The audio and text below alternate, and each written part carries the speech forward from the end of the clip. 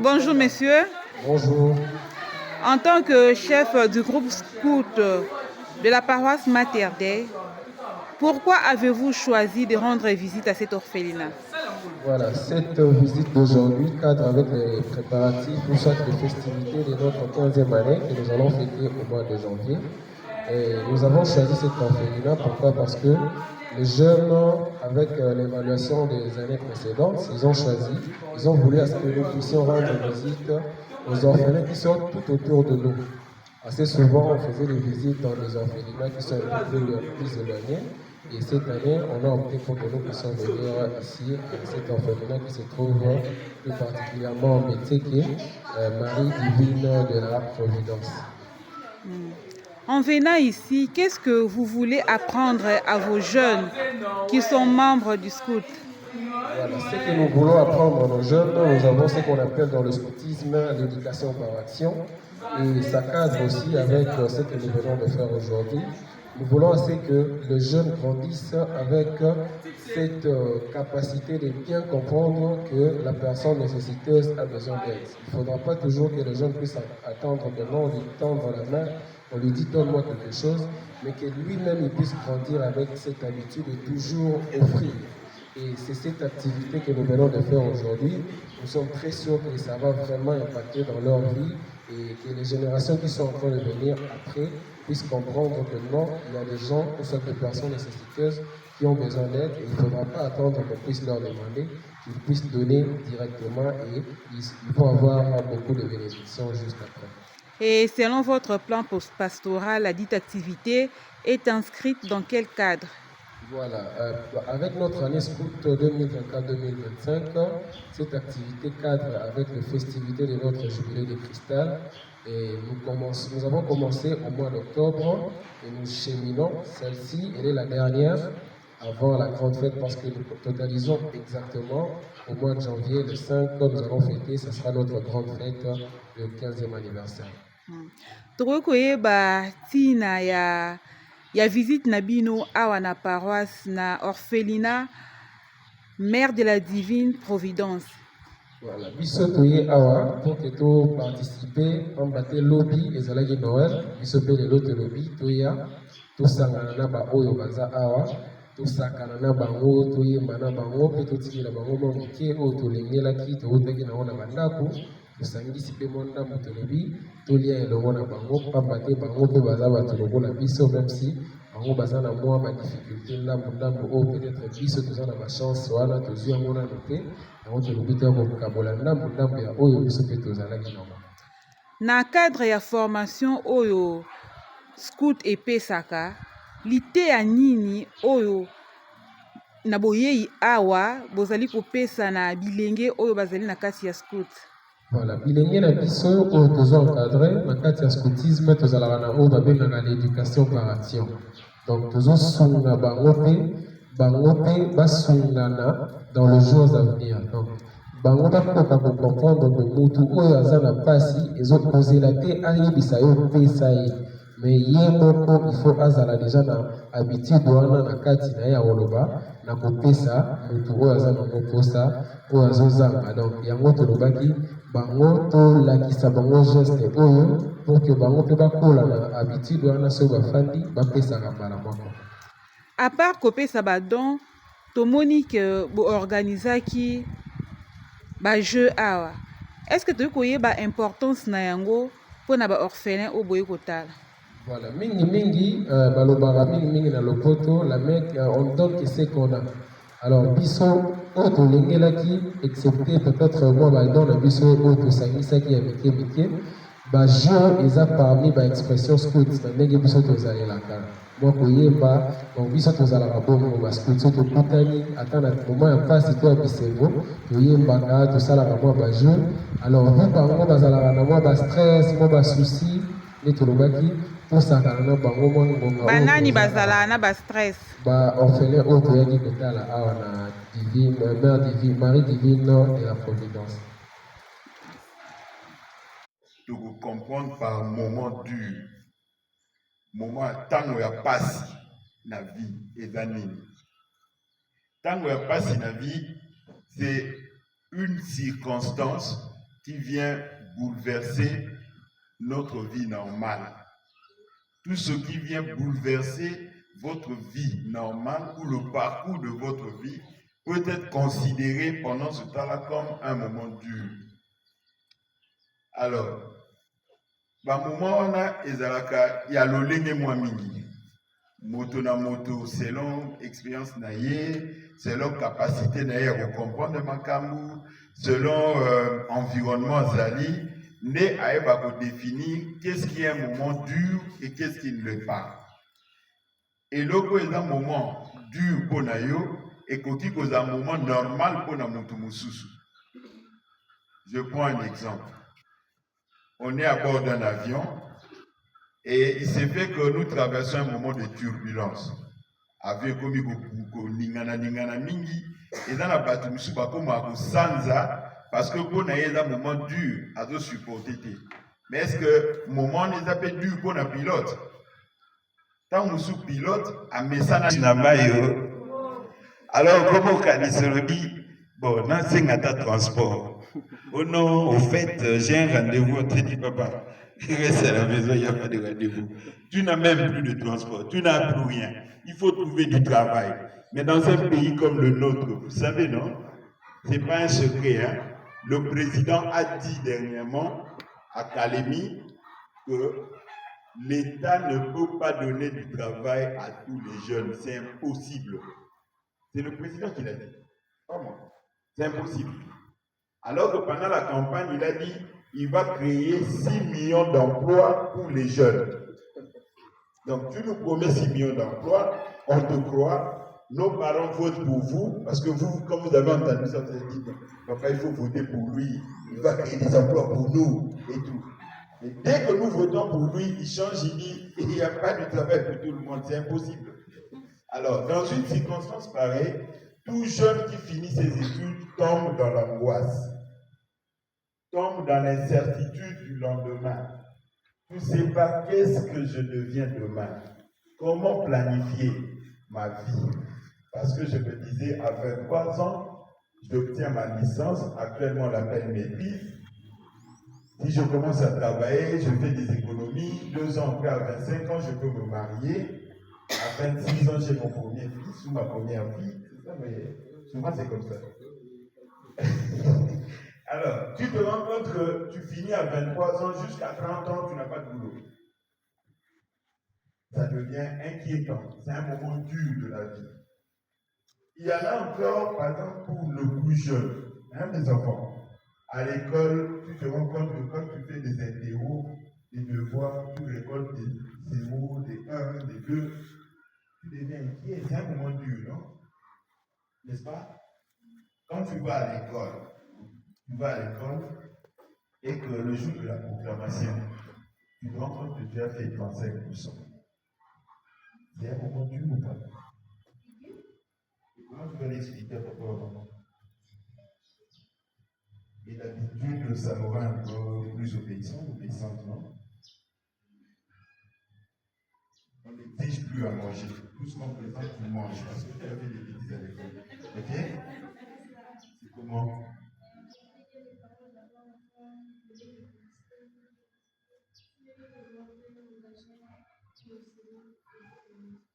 Là, c'est pour tes parents. Et il y a d'autres parents qui réagissent différemment. Il y a un parent qui peut réagir différemment. Quand il fait 35%, qu'est-ce que papa va faire? Il fait 35%, papa va faire quoi? L'habitude, il est comment? Le micro est typique. Le cas rien dit la vérité, 35%. Moi, il peut réagir de façon agressive. Par exemple, il demandait tu faisais quoi à l'école, pourquoi tu as dépensé l'argent. Lui, il a un papa agressif. D'habitude, ça parle. Hein? Et il dit, parce que je ne comprends pas comment tu peux faire 35%. Yeah. Et autant.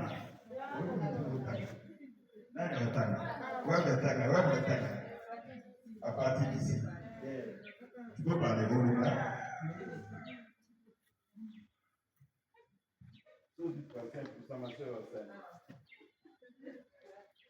Allez, vas-y. Quelle punition? Parce que t'as fini ou tu vas comme ça? Sérieusement, hein? C'est quoi cette fille et tout? Et quelle punition?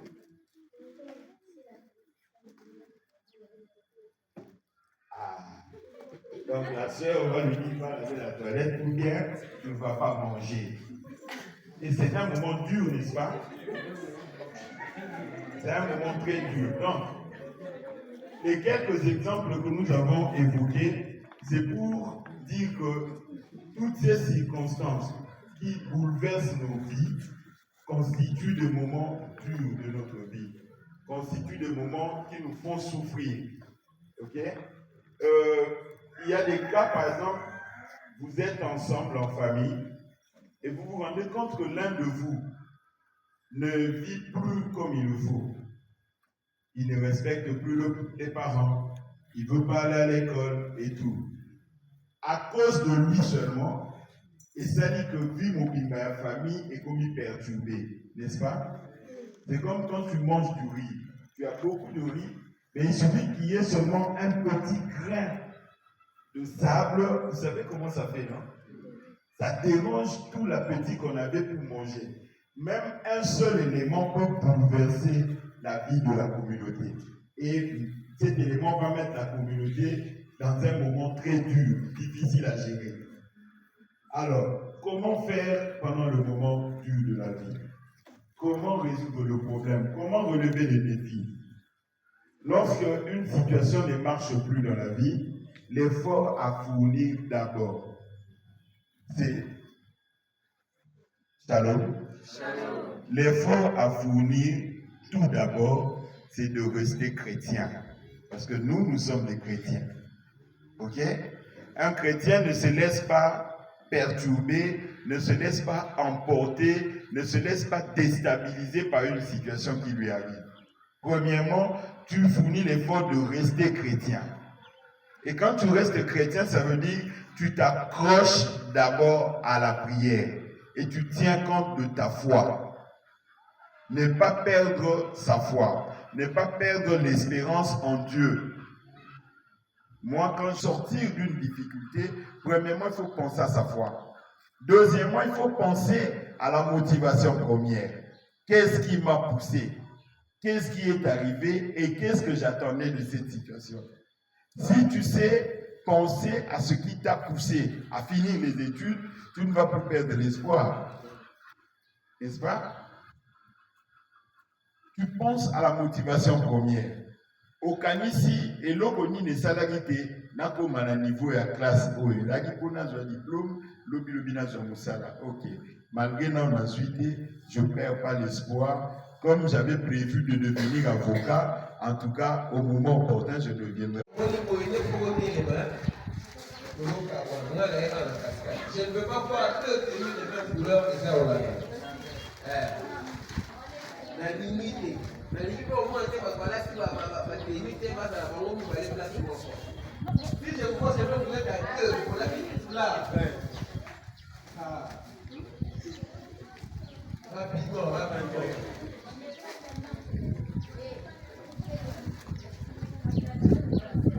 Si je vous vois seulement, oh, faut pas dire qu'il va aller pour la limite là.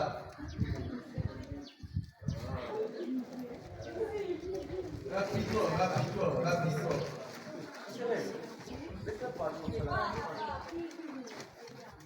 Rapidement, rapidement.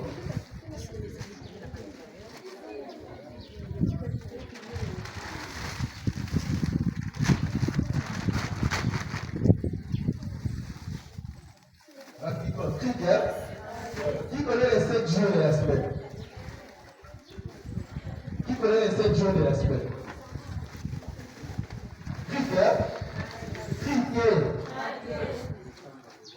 Chaque personne va choisir un chiffre de 1 jusqu'à 7. Trigger. Trigger. Les sous ne répondaient pas. Trigger. Les sous ne répondaient pas. Trigger. Répondez craquer. Trigger. Voilà. Les 7 jours de la semaine. Hein? Mais 1 jusqu'à 7, vous pouvez savoir qu'on a chiffre important. Toi, tu choisis combien? Quoi? Combien?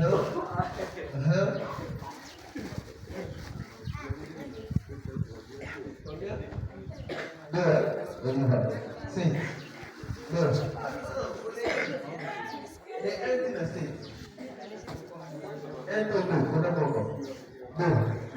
2, 6, 1, 6, 8. Bonjour, sœur Christelle. Bonjour madame. Quelles sont vos impressions concernant la visite du groupe Scout ici dans votre orphelinat? Oui, l'arrivée des scouts dans notre orphelinat, cela nous a donné vraiment beaucoup de joie et nous sommes très contentes d'accueillir ces groupes parce que c'est la première fois pour nous d'accueillir les groupes de jeunes dans notre communauté et nos enfants sont très contentes de les accueillir et pour tout ce qu'ils ont apporté afin que cela puisse aider nos enfants à bien grandir et à être épanouis. Cela nous aide aussi à comprendre que nos enfants ne sont pas seuls, mais ils sont avec nous. Mais il y a aussi d'autres gens de la cité qui pensent à eux. Et nous disons vraiment merci au groupe Scout, surtout au curé de la paroisse qui a accepté que les groupes puissent venir fêter Noël avec nos enfants. Merci beaucoup de tout cœur. En ce qui concerne l'orphelinat, comment ça fonctionne? Nous sommes où précisément? Et l'orphelinat comprend combien d'enfants? Ici, nous sommes à Mungafula, spécialement à Mbenseke. Nous avons 13 filles, dont 3 sont un peu handicapées et les autres étudient dans les écoles normales avec tous les autres. Nous les aidons à être épanouis, à être responsables dans la vie. Et surtout quand ils totalisent l'âge de 18 ans, nous cherchons une maison et nous mettons 2 ou 3 filles de même âge. Nous-mêmes, nous cherchons le travail pour eux et nous les aidons afin qu'ils puissent être autonomes et responsables dans leur vie. Et quelles sont les difficultés rencontrées? Bon, les difficultés, c'est que nous voyons souvent ici, avoir les filles, surtout de l'âge un peu adulte, c'est pas facile. Mais nous faisons l'effort à les aider vraiment à être bien éduqués, afin qu'ils puissent être utiles dans la société. Mais ce que nous voyons un peu de difficultés, il y a d'autres vraiment qui sont abandonnés de leur famille en disant qu'ils sont des sorcières. Alors, même si la famille refuse, la société refuse, c'est notre devoir d'aider les enfants ici à se sentir aimés et à être utiles pour la société. Et si quelqu'un qui a la générosité souhaite passer par votre orphelinat pour aider ses enfants, elle va procéder comment? Qui il va contacter? Pour venir, c'est une grande institution. Nous avons au moins 5 centres. Alors, il y a des responsables. Nous avons des coordinateurs et des directeurs qui prennent en charge tous les centres. Mais pour venir prendre un enfant en charge, là, il faut passer par l'OCPER. Il y a le directeur qui va vous accueillir et avec le directeur, on va parler ensemble pour voir ce qu'on peut faire. Mais pour donner l'enfant à aller pour vivre à la famille chez l'autre personne, là, nous n'autorisons pas parce que ce sont les enfants qui sont à notre charge.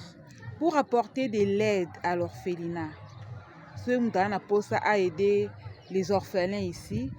Comment cette personne va vous contacter? Pour venir, nous avons le numéro de téléphone. La personne peut venir. Notre numéro de téléphone, c'est 082 50 41 588. Une fois appelé la personne, et la personne là va vous indiquer là où partir. Mais nous ne refusons pas l'aide parce que les enfants sont pour tout le monde. C'est notre bien d'aider les enfants.